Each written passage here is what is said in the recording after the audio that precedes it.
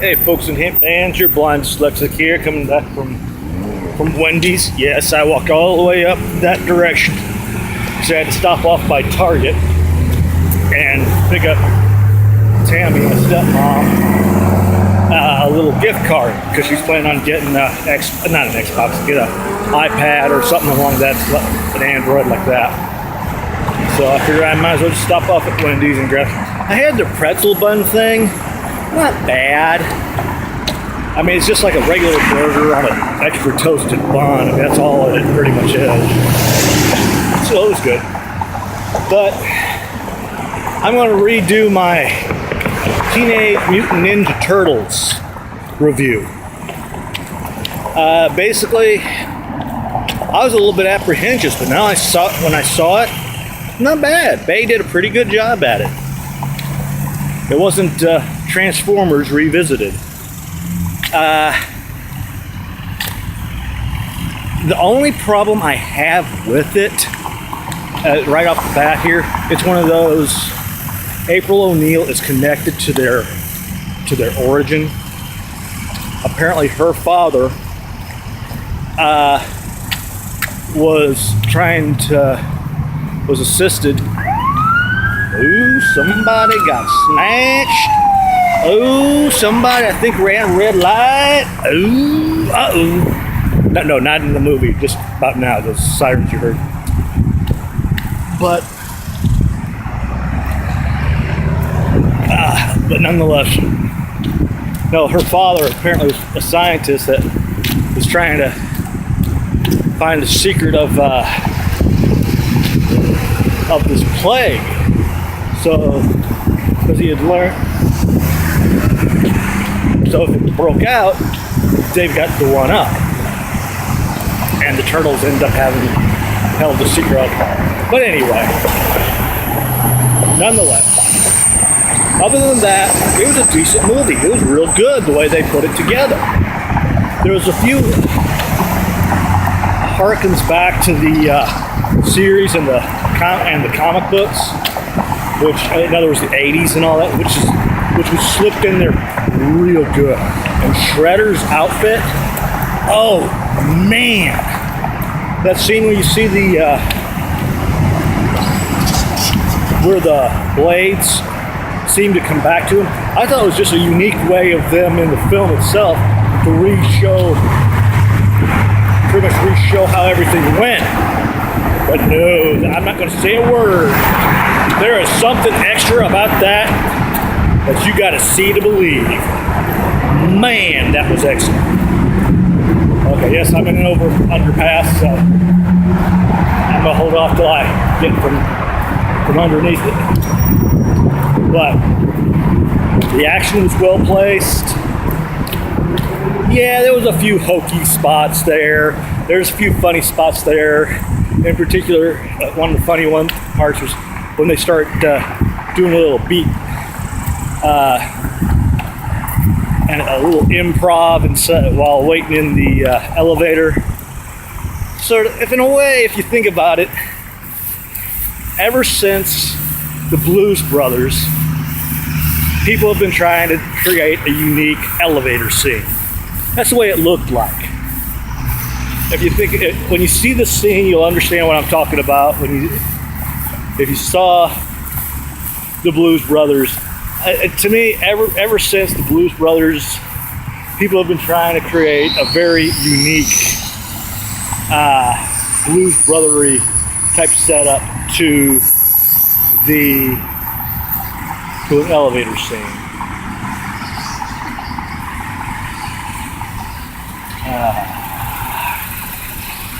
Hey, let me come around here. See what this guy's going to do.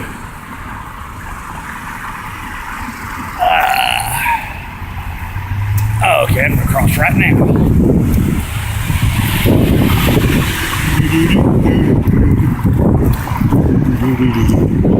Let me get across here and then I'll recontinue. But no, the fight scene was excellent. Megan Fox did, I think, a better job in this than she did in Transformers.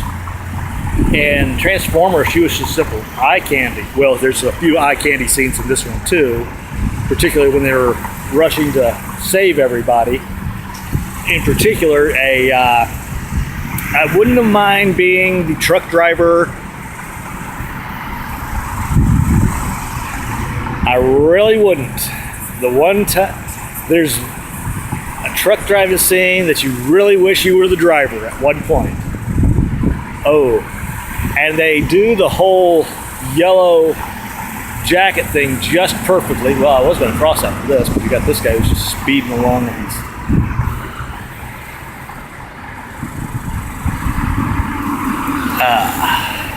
man, I know I'm not in any hurry, but I'd love to cross sometime before go back to work tomorrow.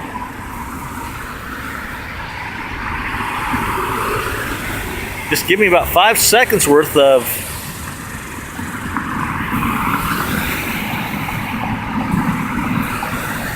and they slow up.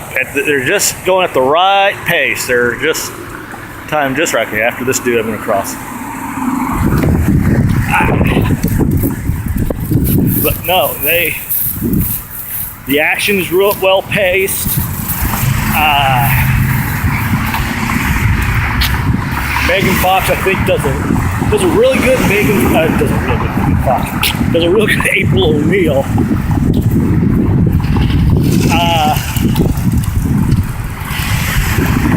And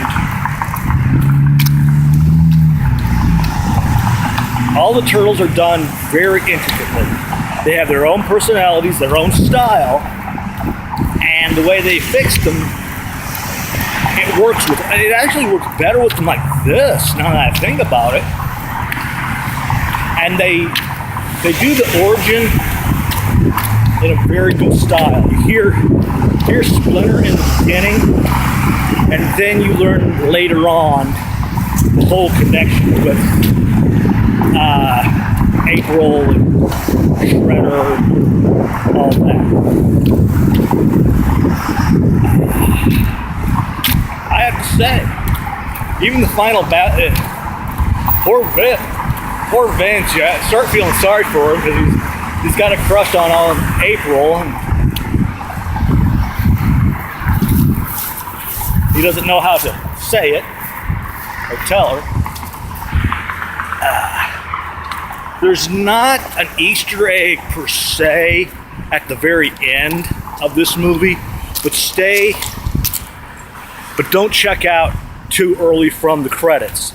I'm gonna say about 2 minutes, maybe 3 minutes into the closing credits, there's a funny little scene. There's adult humor in this, all right, that luckily goes over the heads of kids.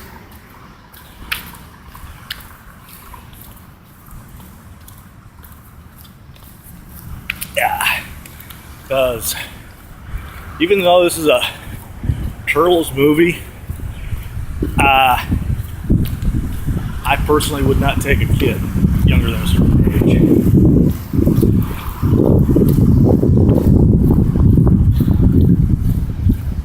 But I thought I was going to have some difficulties because I heard a little kid cry, give a little whimper in a few seats back. Yeah, but it was a good movie. It was decent. Michelangelo, Donatello, Raphael, Leonardo. And in the beginning, they, like I said, with the Splinter intro, they do it as like a really unique comic book style on like aged paper, or better yet, rice paper. And it worked. It worked with the movie. And I was constantly keeping an eye out for people from the original movie. They probably were there, and I just didn't see them.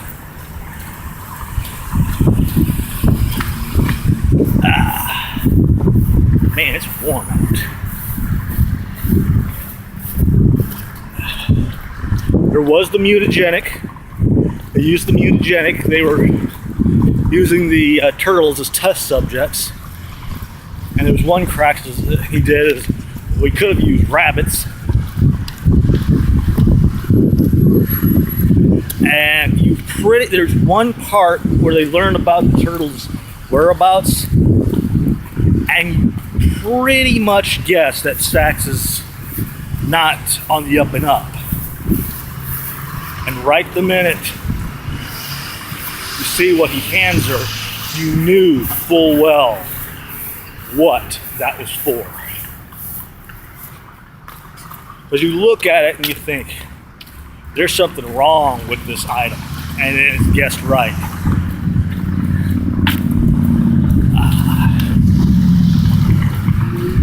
The Sax compound, the battle scene there. Oh man, action within action. Using the bow, using that like bow staff in a certain manner. I'll try not to give too much away. And how he says, I've always wanted to try this, and man, your heart just drops and jumps at the same time. And Whoopi Goldberg does a great job as the lead editor in this movie, and it is set up as a sequel. It is set up for a sequel, and I personally think if they do make any sequels, they should stick to 3. Just boom. 3 movies and they're done. Don't try to, because once you start anything past 3, there's a good chance of you totally bumming the movie out. Totally destroying the movie.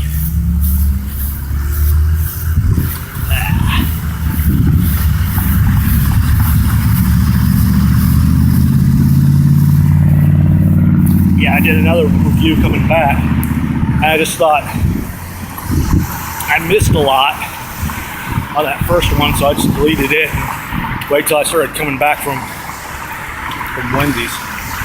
I told the people looked at me like, so I stopped off there, I said that there's an old Arby's at this one location. I wish you guys could tell your manager or whoever to kindly open one up in that location.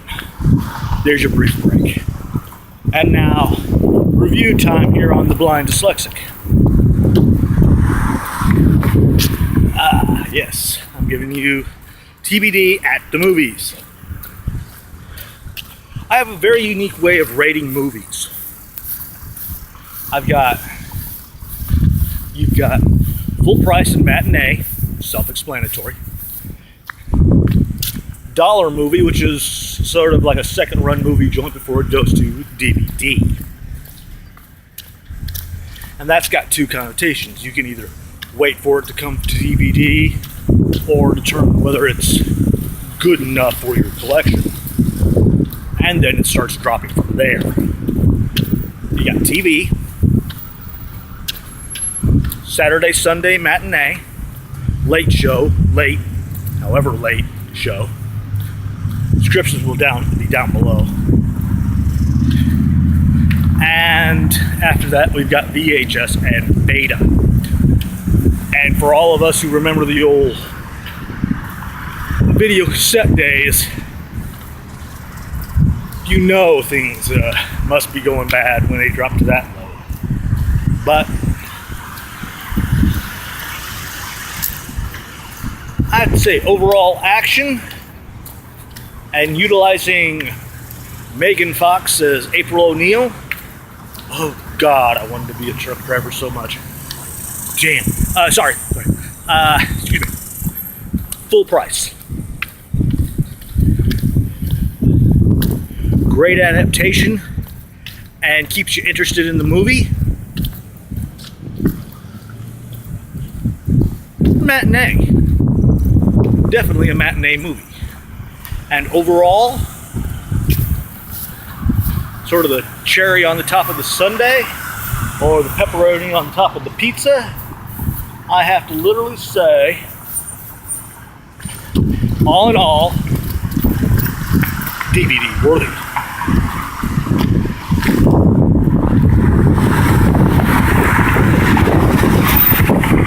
It is definitely a must-see.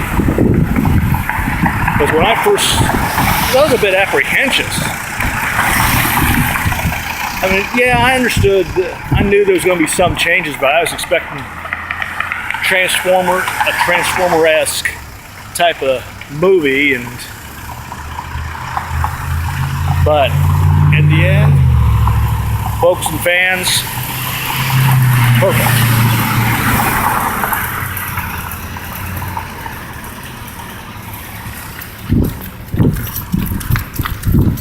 I mean, it was a good movie. Of course, I went to my Eaton 6, grabbed my General number 5, the piggy-sized popcorn, pop, and twin candy bars.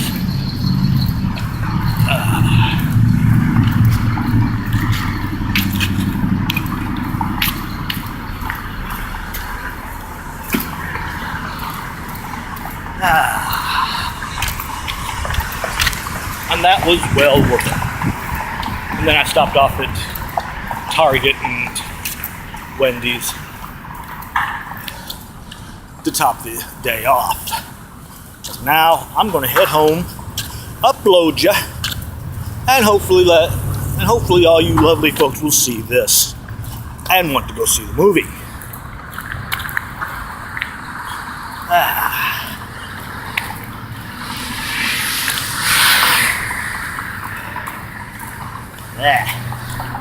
It is warm.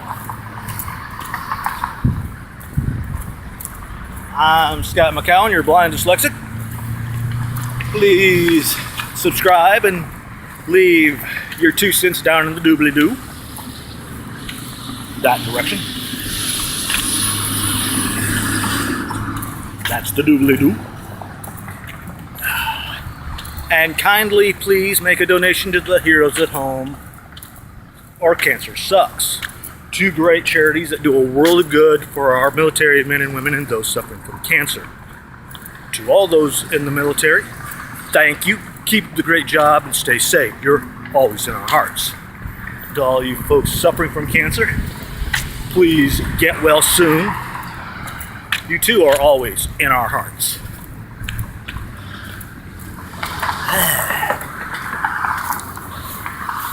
I'll leave a link also to my Bettendorf trip as well, somewhere around here or down below, so you can rewatch that.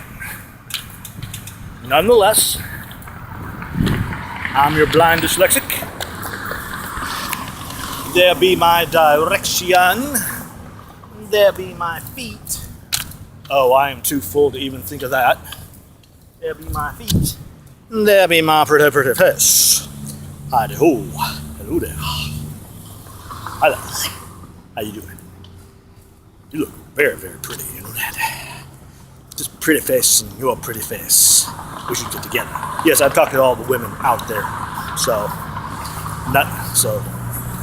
Nonetheless, this is your blind dyslexic.